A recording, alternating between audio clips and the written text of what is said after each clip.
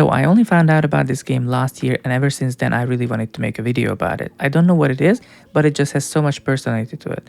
So I bought it on Zoom, which just like GOG is DRM free, and when you buy something it has a modern installer, DLC was included and everything worked perfectly out of the box. The game came out on Windows in 2001 and was developed by British studio Rage Software, the studio that ported FIFA 97 onto the SNES, ported Doom to the Sega Saturn, and was probably best known for that David Beckham soccer series. The studio operated from 1992 to 2003, when it eventually closed down due to bankruptcy. At their peak, they had offices in 7 cities in the UK, which is very impressive.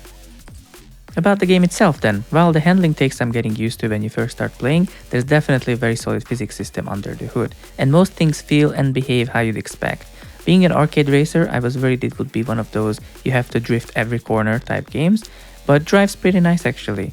And the AI, let's talk about the AI. They're terrible, not at driving but to race against. They constantly bump into you, pull pit maneuvers, bump into each other, or just crash into the wall and block the whole road. And I don't think it's on purpose, I think it's just how their driving lines and hitboxes are. But at the end of the day, it does lead to some absolute carnage, and that's a good way to describe this game. While it may look like a serious GT racer at first, it shares way more DNA with the Demolition Derby than it does with any circuit-focused game. It even has tracks where there's a figure 8 of death so you can crash into each other. Also, there's a decent damage system, though it's more annoying than not, as there is almost no way to avoid crashes. And as your car deteriorates, it gradually slows you down and makes turning more and more difficult. And to make it worse, races in the career are usually 5 laps long, which means you'll almost always finish with a wrecked car. Now about the career mode, it has 2 difficulties, amateur and professional, where you have to finish in the top 4 and top 2 respectively to continue. And also the AI is faster in the pro one. Also there is money in this game, but for the weirdest reason ever. So you start off with some money, and the championship races have entry fees, and also your car that the AI damaged has to be repaired, and that costs money too, just like in the Grid series. However, you don't use this money for anything. Tracks and cars are unlocked by completing and winning races, so it serves absolutely no purpose other than to try to make you drive more carefully. Because if you run out of money, even if you're first place, you cannot continue. Thankfully, the championship structure is not too unforgiving. If you don't end up finishing in the top 2 or top 4, you can just retry the last race. You never need to redo the whole career. Unless you run out of money, I guess, but even then you can just load a save file. Now let's talk about the graphics for a bit. For a game that came out in 2001, I think it looks pretty good. Even though it's a PC exclusive, it has a very PS1 vibe that I really like. Visually, I would say it's closest to Colin McRae Rally. The studio did make a game called Rage Rally later, which I'll eventually cover in another video. From a technical standpoint, it uses a lot of clever graphics tricks, giving the illusion of volumetric lights, real-time lighting, headlights. It even uses some form of reflections. The textures and geometry are also super boxy and cozy and charming. Overall, even if it wasn't cutting edge at the time, it aged perfectly for that Half-Life 1 low-poly retro game vibe. Now something that I actively disliked about this game is the audio. Not because it would glitch out by the 5th lap or because all the cars sound like a swarm of bees, but because the cars have horns and they made the AI use them. So you're racing down the track and suddenly you hear La Cucaracha and 6 other annoying sounds being spammed by these drivers while they crash into everything, including you.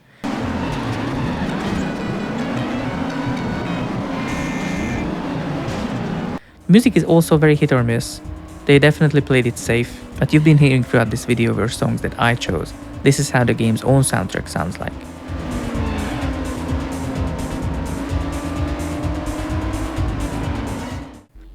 On to the tracks now. There's a total of 14 of them in the base game, 1 being a bonus track and 4 in the DLC pack. The first one is Town Center, and to me it seems very British, though it has some German looking architecture too. I think it's a bit too technical for a first track. It really asks you to prove you can turn using the game's unique handling and physics, but on the plus side it has some amazing variety, having you drive through a small town, a mall, a warehouse, a racetrack and even a riverbank. The next one is Scrapyard, and it looks like what I imagine a dirt-free PS1 demake would look like. It has the off-roading, the barriers on the side, the containers, jumps, even an indoor part.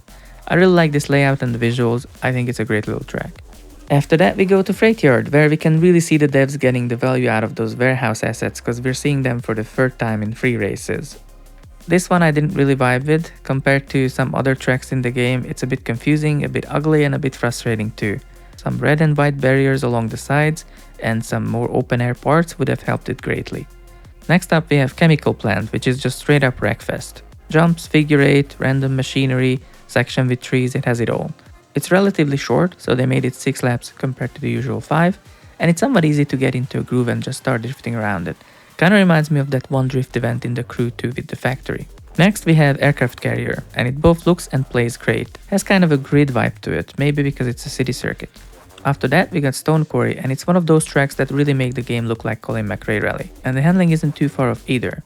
It's quite slippery and technical, with a very narrow hairpin making it difficult in the beginning. Visually, however, it looks great. The next track is Stanley Home, and it's like going over to your rich friend's house in England and figuring out that instead of horse riding they have a fucking GT Cup in their garden. In terms of design, it's a nice mix between something like Isle of Man and the Goodwood Hill Climb, but with snow everywhere. Nice track overall with a good layout, though a bit narrow. What follows is Grim Up North, which I assume refers to Northern England, which Liverpool is technically part of, though just barely, and that's where the studio was based. And the grim part refers to either the weather on the track or the living conditions in Liverpool in the late 90s. Either way, the rain, the nighttime setting, the atmosphere, it also has some cool effects going on. I like the sprite-based streetlights, the animated texture to imply a party, and the fake volumetric lighting oozing out of the stained glass window of the church. Then we take a sharp turn both in-game and in map quality with Parking Lot. Clearly inspired by the Tokyo Drift movie that hasn't come out yet, we spend most of the race taking very tight turns in a claustrophobic parking complex. Just like that one map in Pod, link in the top right corner and the description. Moving on, we have Indy Oval, the first and last proper racetrack in the game, and even here we spent at least half of it off-road. It's an okay track, but it didn't really become one of my favorites. Next up we have Hill Climb, one of the longer tracks with more snow.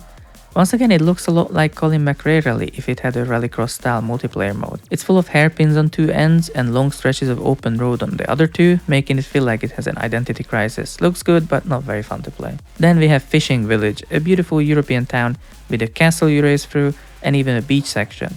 It's a bit on the difficult side when you're trying to win, but looks gorgeous and it's very fun to drive. And finally we have The City, which I assume is Liverpool but could be London or neither. And once again, it feels like I'm playing a grid PS1 remake. In terms of looks and variety, it's really nice to have this grand city center, small alleyways, an underpass, and even a highway section. But in terms of gameplay, its tight squeeze corridors and twisting roads make it very difficult to dodge the AI cars sometimes. There's also a bonus track that I didn't feel like grinding out called e.racer, which they could have called literally anything else. Looks fun though.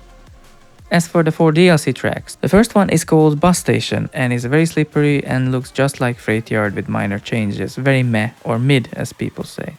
The next one is Military Base, which seems like Aircraft Carrier until you realize there's a fucking armed conflict going on where you're racing around in your mostly JDM cars.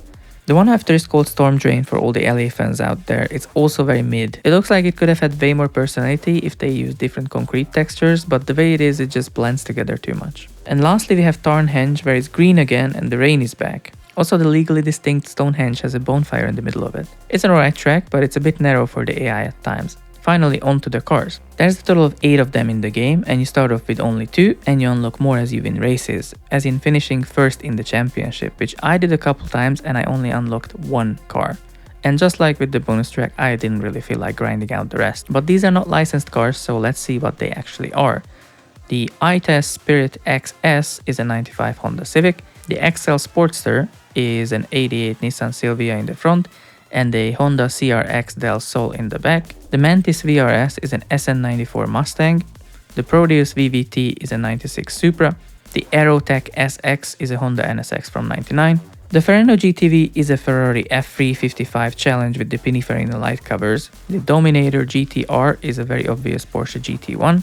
And the elusive Sand Scorcher bonus car is just a generic sand buggy. Shout out to igcd.net for the images and the real life counterparts. And that's about it. Very solid game for about $3. Very charming low poly graphics and good handling. If you enjoyed this video, make sure you press all the buttons below. Does the button light up if I say don't forget to like and subscribe? Let's see, let me know if it did it for you. And I'll see you next time.